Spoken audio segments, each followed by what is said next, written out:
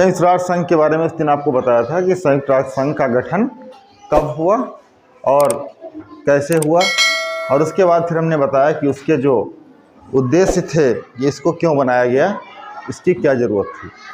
आज हम आपको बताएंगे कि इसके संयुक्त राष्ट्र संघ के जो अंग हैं वो कितने अंग हैं। संयुक्त राष्ट्र संघ के जो कुल अंग हैं वो 6 अंग हैं, ठीक है। और उन 6 अंगों में से आज हम चर्चा करेंगे।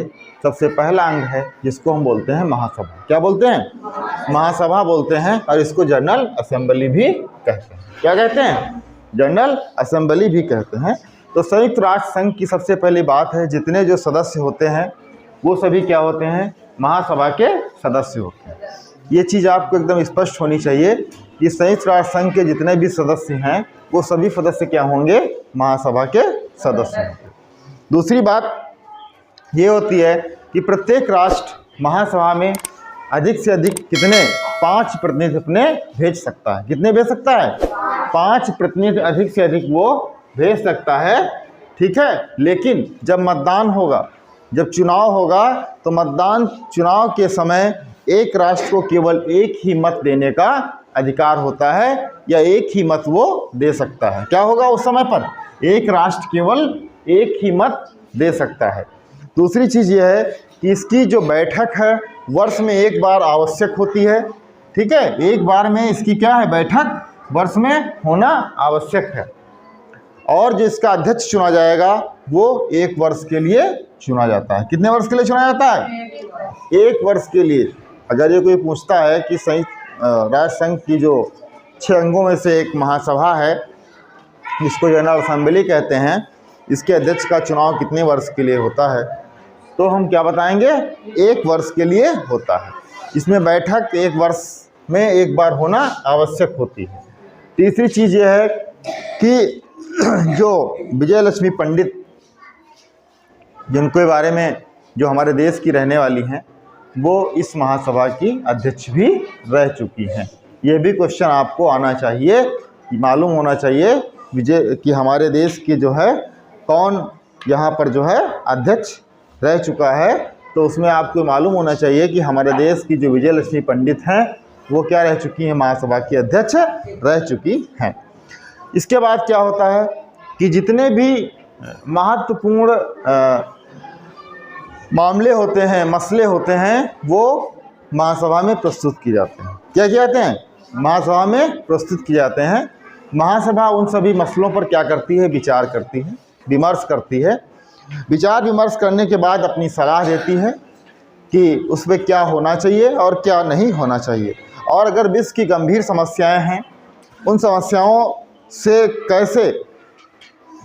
कैसे उनका निराकरण किया जाए, इसके लिए क्या करती है? विश्व सम्मेलन बुलाती है। क्या बुलाती है? विश्व सम्मेलन बुलाती है, और विश्व के समस्त राष्ट्रों का ध्यान उस विशेष वर्ग की ओर दिलाती है, ठीक है, कि जहाँ पर सुधार की आवश्यकता वो महसूस करती है। कि जहाँ पर सुधार की आवश्यकता है वहाँ पर वो क्या करती है कि विश्व राष्ट्र के उन मसलों पर राष्ट्र के देशों का ध्यान आकर्षित करती है अपनी तरफ, और ये उससे संबंधित जनसभाएं और गोष्ठियों का आयोजन करती रहती है जो वर्ष भर चलती रहती हैं। जैसे महिला वर्ष है, बाल वर्ष है, दिव्यांग वर्ष है, ये क्या है? इस तरीके की चीज़ें का आयोजन होता रहता है। अब अगली बात यह है कि जो महासभा है, महासभा में जो भाषाएं हैं, 6 भाषाओं का प्रयोग किया जाता है। ये भी एक क्वेश्चन बनता है कि महासभा में कितनी भाषाओं का प्रयोग किया जाता है, तो 6 भाषाओं का प्रयोग किया जाता है, ये आपको मालूम होना चाहिए। अब 6 भाषाएं कौन कौन सी हैं? क्वेश्चन ऐसे भी पूछा जा सकता है कि इनमें से कौन सी भाषा महासभा में प्रयोग की जाती है। एक भाषा उन्होंने दे दिया जो प्रयोग की जाती है, बाकी 3 भाषाएं उन्होंने दे दी जो प्रयोग नहीं की जाती हैं। क्या होता है? जो प्रयोग नहीं की जाती हैं। तो हमें क्या करना है कि उन जो भाषाएं प्रयोग की जाती हैं उनके बारे में हमको जानकारी होनी चाहिए। तो सबसे पहली चीज़ है अंग्रेजी। यहाँ पे हमने लिख भी रखा है, ये अंग्रेजी भाषा का प्रयोग महासभा में किया जाता है। चीनी भाषा का प्रयोग किया जाता है, स्पेनिश भाषा का प्रयोग किया जाता है, रूसी भाषा का प्रयोग किया जाता है, अरबी भाषा का प्रयोग किया जाता है, और फ्रेंच भाषा का प्रयोग किया जाता है। एक चीज़ सबसे महत्वपूर्ण और आती है कि संयुक्त राष्ट्र संघ ने क्या किया था?